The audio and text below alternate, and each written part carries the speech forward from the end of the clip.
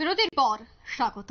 সীমান্তবর্তী এলাকার এলাকাবাসীদের কোনো অসুবিধে হচ্ছে কিনা, তাদের কি কোন সুবিধার প্রয়োজন, সে বিষয়গুলি জানতে আজ একটি গুরুত্বপূর্ণ বৈঠকের আয়োজন করা হয় বিএসএফ এর পক্ষ থেকে।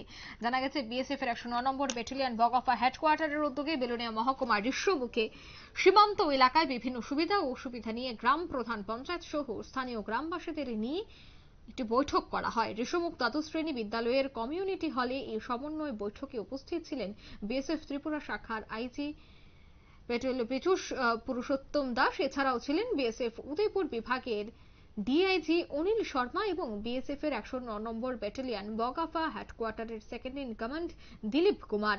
এই বৈঠকে আইজি সীমান্ত এলাকায় জনগণের কাছ থেকে তাদের সুবিধা অসুবিধার কথা জানতে চাইলেন। সকলেই জানায় যে এই ঋষ্যমুখ এলাকায় বেশিরভাগ লোক কৃষিজীবী, কৃষি জমির বেশিরভাগ অংশই তার কাটার ওই পারে রয়েছে। চাষবাস করতে হলে বিএসএফ এর গেট খুলে দিতে হয়, আর সেখানেই বাধে বিপত্তি। তাই গেট খোলা এবং বন্ধ করার সময় নিয়ে আইজির কাছে অভিযোগ করেন গ্রামবাসীরা। আজকের এই বৈঠক থেকে কি উঠে এসেছে শোনাবো।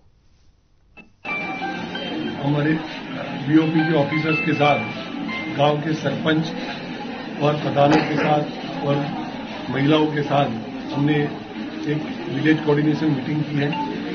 बॉर्डर गार्डिंग फोर्स के लिए और बॉर्डर मैनेजमेंट के लिए जब तक बॉर्डर पॉपुलेशन का सहयोग नहीं हो, बॉर्डर गार्डिंग अच्छी तरह से हम कर नहीं सकते। इसलिए बॉर्डर पॉपुलेशन की सहयोग की हमें काफी आवश्यकता रहती है। इसलिए हमने उनके साथ बातचीत की।